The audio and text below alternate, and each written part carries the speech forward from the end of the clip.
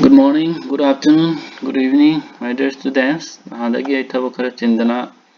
home science ki unit 10 ki aroiba part tu thagat pangamdabani adu ngasi ei video si sem sare thaganaba hujik sem saba ko hore yengji akhoi nahan mamangda phi subagi maramda khara tawre kari phi subda kari changi adagi subagi matangda mu stand lawthokpa then adagi amu cotton gi silky subagi matang tawre ngasi lemoriba saruk khara du loisanji anouba ngasi amu suba tamdorigina washing of woolen fabrics woolen haibadi kari samtu phi subai matangda ko yengji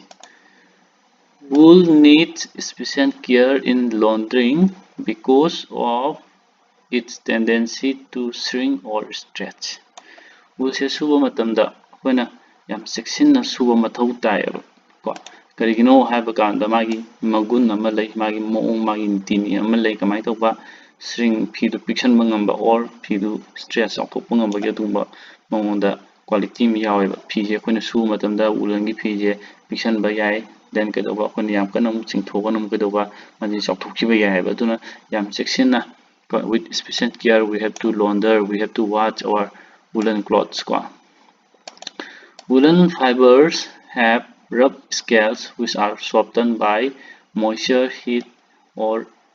and alkalis wool gi magi fiber langi mapan thang kuyum am yawe ko scale am yawe ba hai magi scale je kedore kalambo kallaga leba scale do maku do adu kedore soft ore do thotore kedore kanda heat ising da sola kanda heat pisal kanda de kedoba alkali da thinga kanda scale kalamba magi maku do apan thangba maku do thotore ba thotoram ni kedore ama napsinagi ba yai ko thotoram ni stress torok ba yai ma ko these softened scales interlock when friction is applied and this results in shrinking ko hariba ngasagi thotorok ba maku do interlock tonare amaga napsinnagare when friction is applied suba matamda sur nairaga suba taadi kedore amaga napsinnagini and this results in shrinking aduna maram oira kedore phidu piksangarneba shrink taboneba piksangarneba ko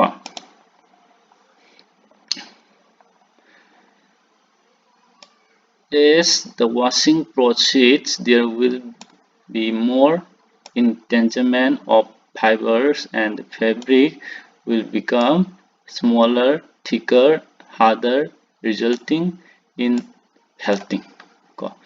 Sum sura kana suru nera sum suba taadi kedore amaga napsinabgi changdo sum hela aneba more oirani sum hela ani napsinabgi changdo aduna phidu kedogani piksangarani phidu thagala ani ko adai kedore kanjala ani koi phida maku samtugi phida sum sinar kana sura kada mo tasalaga ama tholtra fiber macha sing tasalaga ko adamain tholane adugi ngasagi phi amaga fiber amaga samjinaraga anouba phi mapa ama sembagi process ni khona felting hai si felting hai ji kedoba phi lang macha sing samjinaraga phi mapa onthokkibudo adugi process ne felting hai ji the texture of the fiber is affected by the use of alkalis ngasagi samtu wulangi phi gi masang moong je masi kedore alkalis sijinabana mongonda effect hole phi dugi phajaba mangalle ko hence in washing woolen garments friction should not be used and excessive heat and alkali should be avoided aduna koina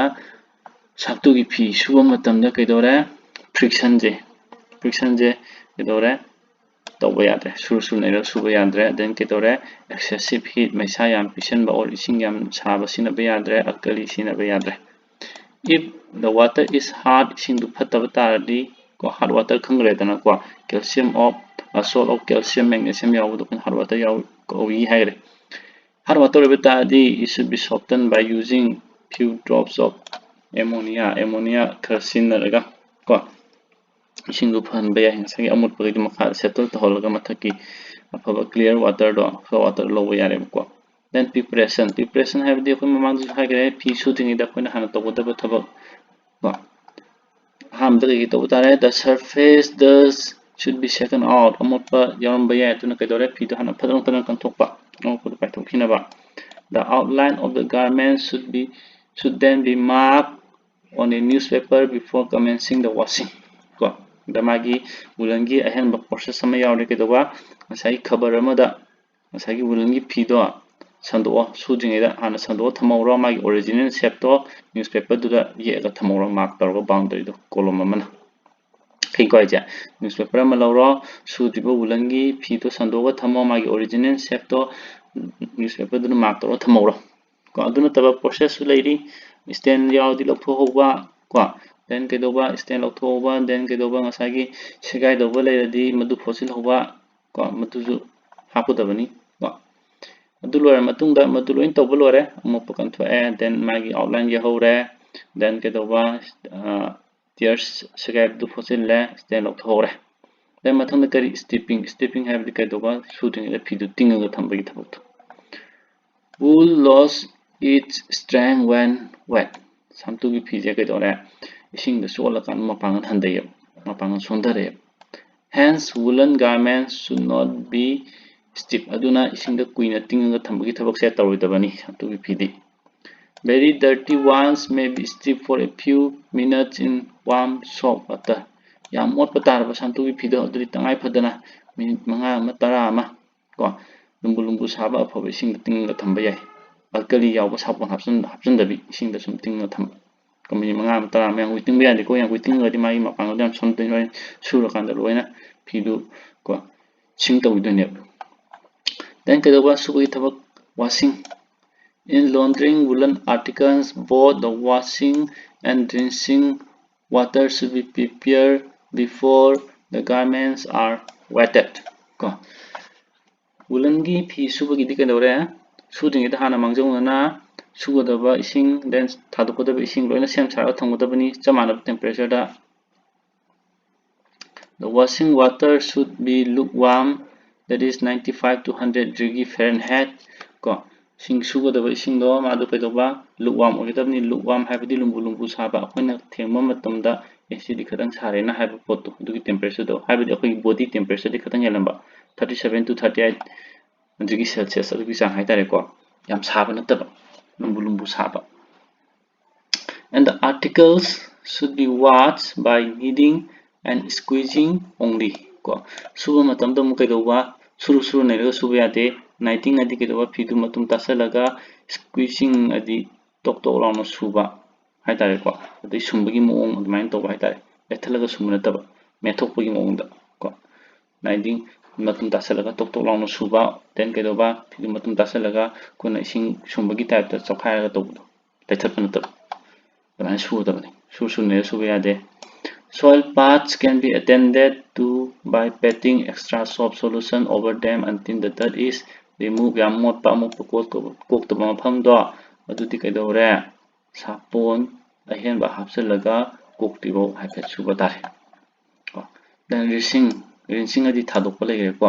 the temperature of the rinsing water should be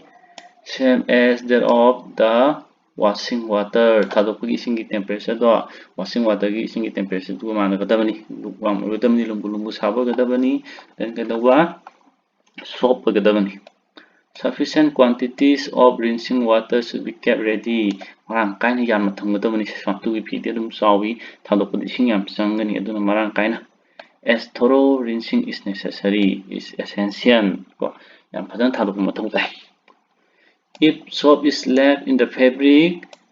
will damage the clothes and give out a bad smell karigumba thadokpada sengaudraba sapongi saru khara phi maraktu yahoraba sengna thadokhodraba adu itadi kedore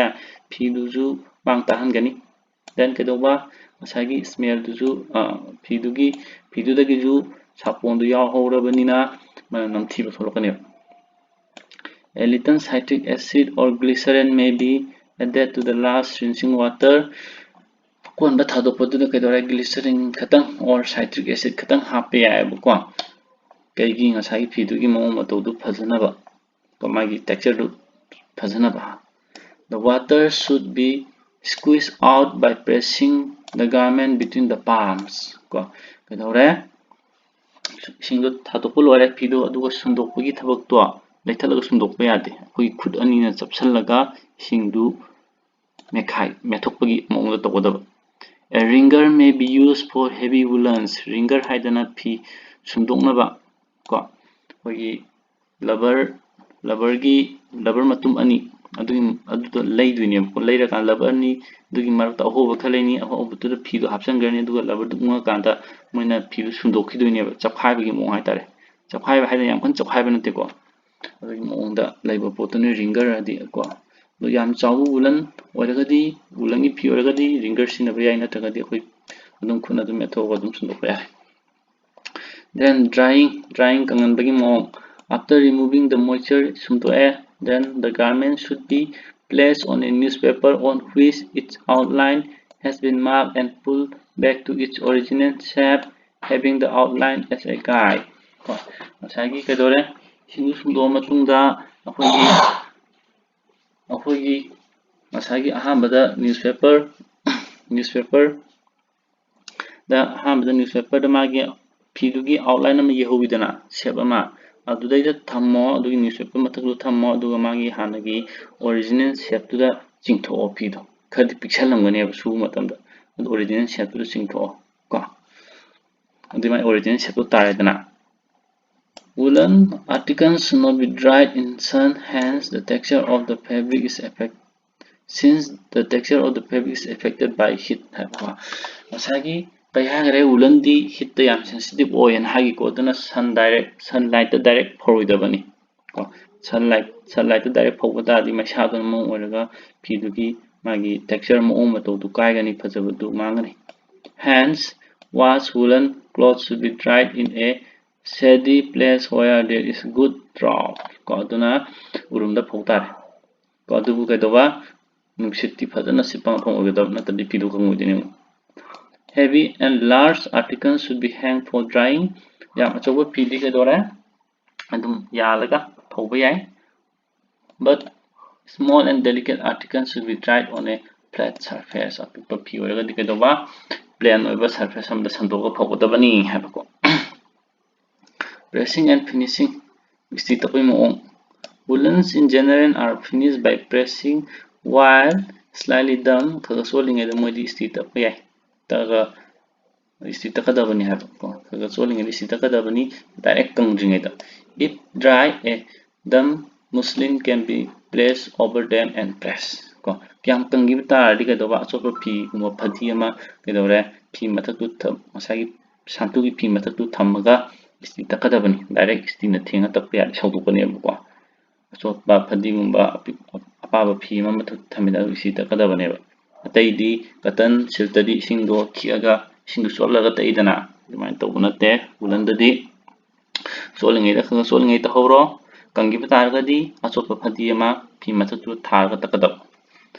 a hot iron should not be used yam sab isti sinaba yade sodokodini woolen fabrics may be ironed lightly yam kana isti tapoi mathok tade ko maisa tang ko piraga takadamani earring have the kari nungsit chahan bhaitare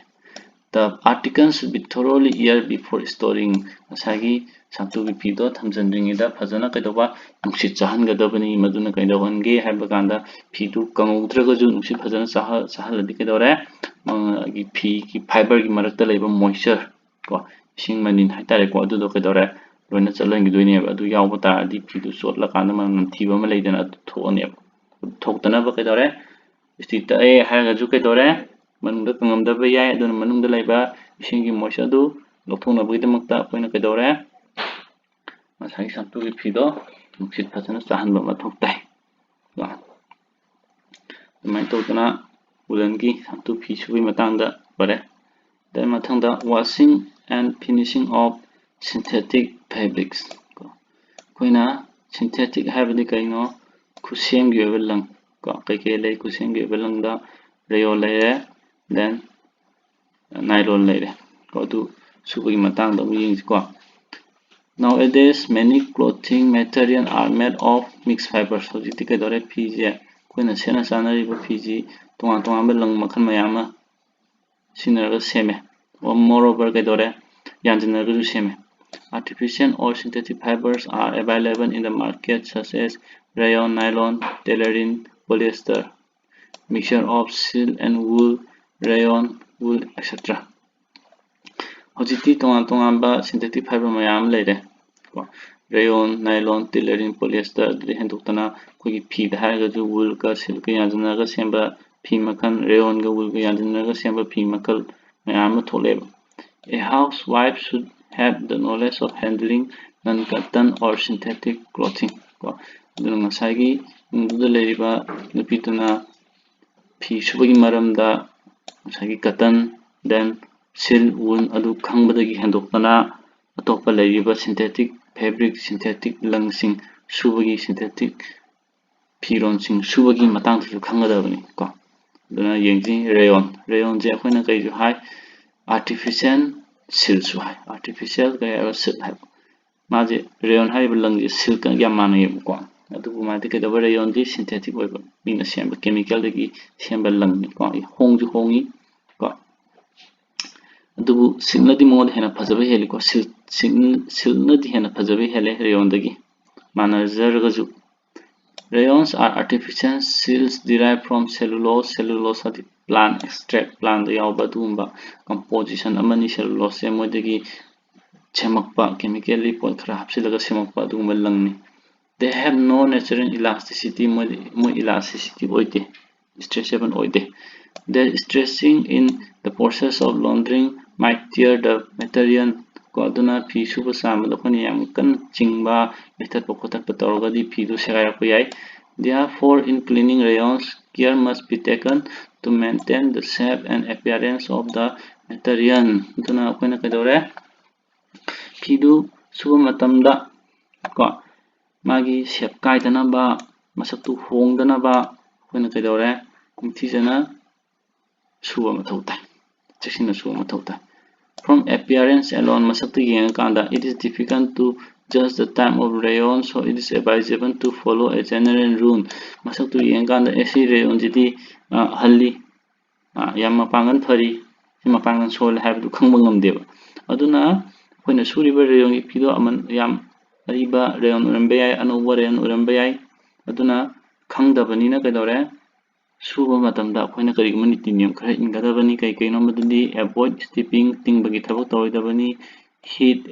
chinaridabani application of strong chemicals and alcohol avoid tagodani habani ko strong chemical alcohol avoid tagodabani steeping avoid tagodabani heat avoid tagodabani kariguma reyonduna ariba reyon orame masaktadi anubu male akoina heat pisalure or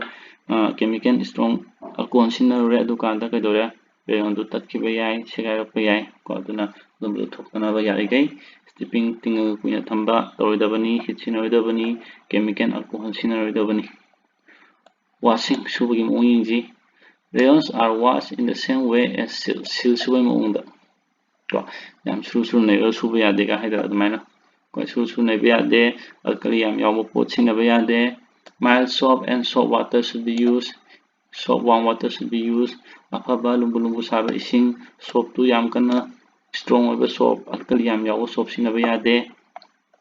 Ani subata hot water should not be used. Ising sab sinaba yade. Make sure that soap is dissolved and sufficient that is formed. Pito hapsan ringida hanga kungon phajana thobra yengo thokanda pito hapsala sudoba. Ani hum subata do not soak tingba yade boil toba yade or use breezes on rayon yam strong oiba bleaching agent yam strong oiba du bleaching agent sinaba yadre. Do not rub or twist ko sur naiba laithapa yadre. Rayons lose about 50% of their strength when wet. Sola kanda rayon ni mapangan ja 50% handareba and should be considered as a delicate fabric. Aduna yam mapangan sonba langni khangadabni akoina ko aduna su matamda yam mapangan sonba aduma phi sui moongda sugadabani suru nei thatpa khothatpa then heat yam pichanba then strong chemical reagent or bleaching agent sinaba hot water sinaba alkali yam yawo soap sinaba amata yate ko nanga suba point da soil cloth should be carefully rubbed with soap leather ko yam ngot mafam dudi kedore sapon dare hapsan ba yade kedore adugi mahutta kungon thokpa ngasagi sapon mahi haitare ko mahi oina kungon thok lei poto du ina hapsalaga amok du koknam sugadabani but rubbing with a soap pocket should be avoided to sapon direct hapsen da sapon direct motion ba ambo mafam du madu yade rinsing and wringing ko rinsing haibadi kari rinsing haibadi kari thadokpa wringing haibadi kari sumdokpa rinse twice using lukewarm water till the leather is completely removed. Kongondo fazana lauthoktribo anirak thadoo. Squeeze the fabric between the palms of hands to remove the moisture jelly. Ko sumdokpai maungda laithappa yade khud ani chapkhairaga chapsillaga singda lauthokpai maungda sumdokadabani. Do not wring rayons by hand as it is very dangerous. Ko sumdokpa yade haise. Ko khud laitharaga sumdokpa tawdabani. Especially for knitted fabric because by this their shape may be completely spoiled. Let shape to it is not harmful to use a rubber wringer for this purpose. Rubber wringer sinaraga sundokpada kisumta kai plate rubber wringer habidi in hands a hagibudo rubber makon ani laini makon dai odeni ko sida ungba yaba ma fitting tawdeni da phido hapdeni si unga kanda ko phido sum dokideni sum thotoni mana sum dokpa ko drying kananba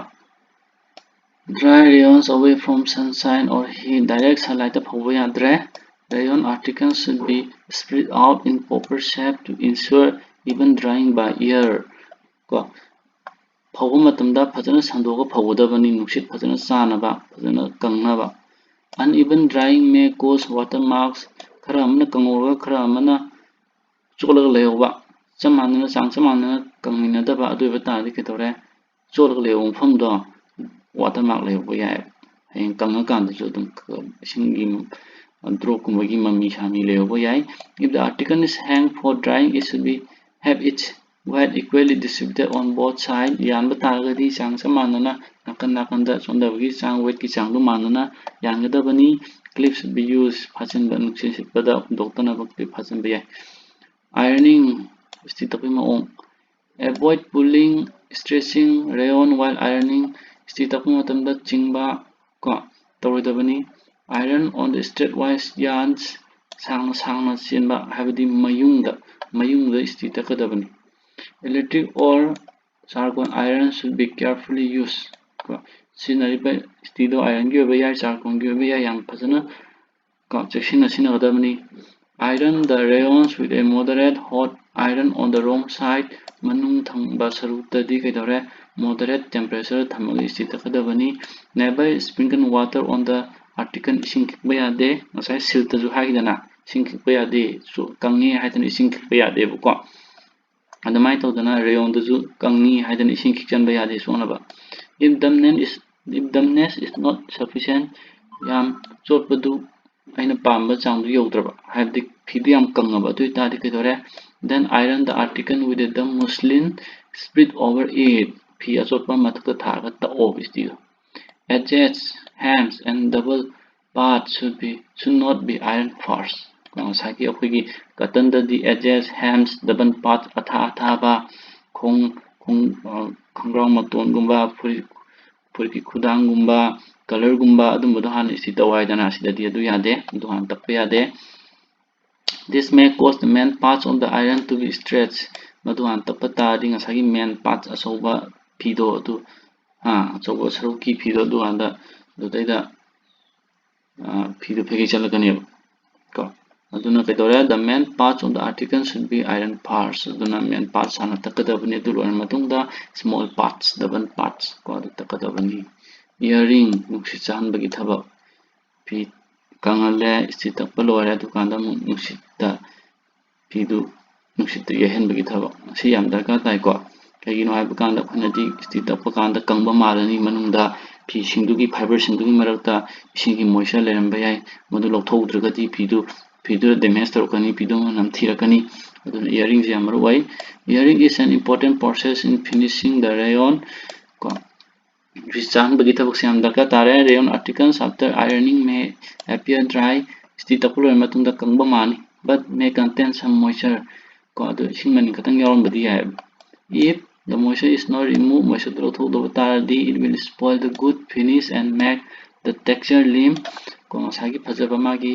finishing phajaba magi masaktu mangani, dagi magi mapan thangba texture ju mandarani, fidu sidarani. Hence, a thorough airing of the article is necessary. Adu yam phajana nungsit sahanba mathau tai.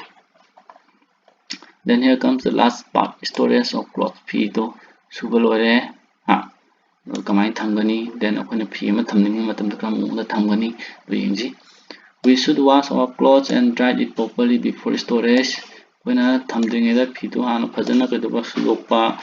lora phajana kanganba do thamjinba tawdabani. Amotpa fi ma sudoktabi thamjinbagi thabak tawdabani. Clothes should not be kept on the floor or on a chair. Thamba matamda fi do chokida namjila thamba makhada langtho thamba tawdabani. It should be hanged properly or kept folded in a almirah. Kadaba adana yar thambiba or kadaba buda adana thupjalaga thambiba. Store clothes should be taken out and dried several times during the monsoon. Nungju thagi matam maruin nungju thagi matam desinadi kedore upununda hapjalaga thambiba fi do maram marakta photokpa nusada mathau taiyaba. Karigino haiba kan nungju thani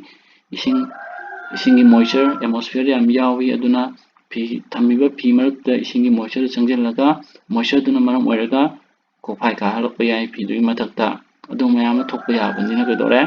nungju thagi matamdadi maram marakta fi du photokadabani.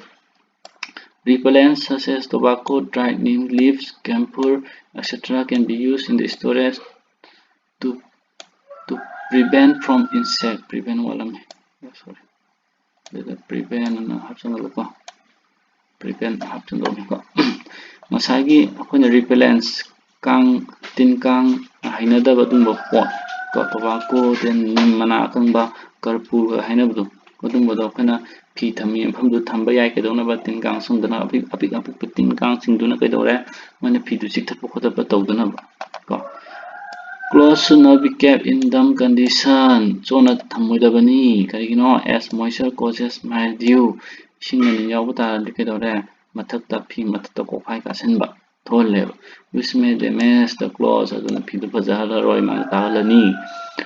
Woolen clothes should be stored after wrapping the clothes in a newspaper to protect from moths.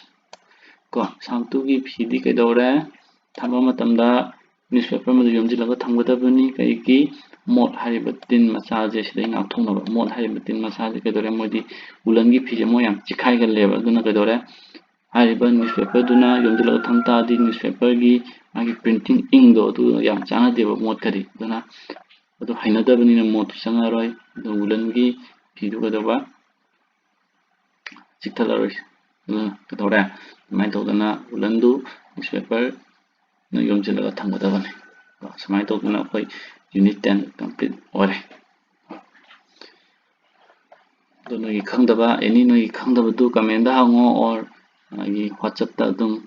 message thaga dum hangba yare na khangdaba sigi any unit 10 gi or any home science gi na tawhaningba unit na karamba unit tawhaningba na yan tadaba topic du matang do dum agi WhatsApp number hangba yare or comment da dum hangba yare ko.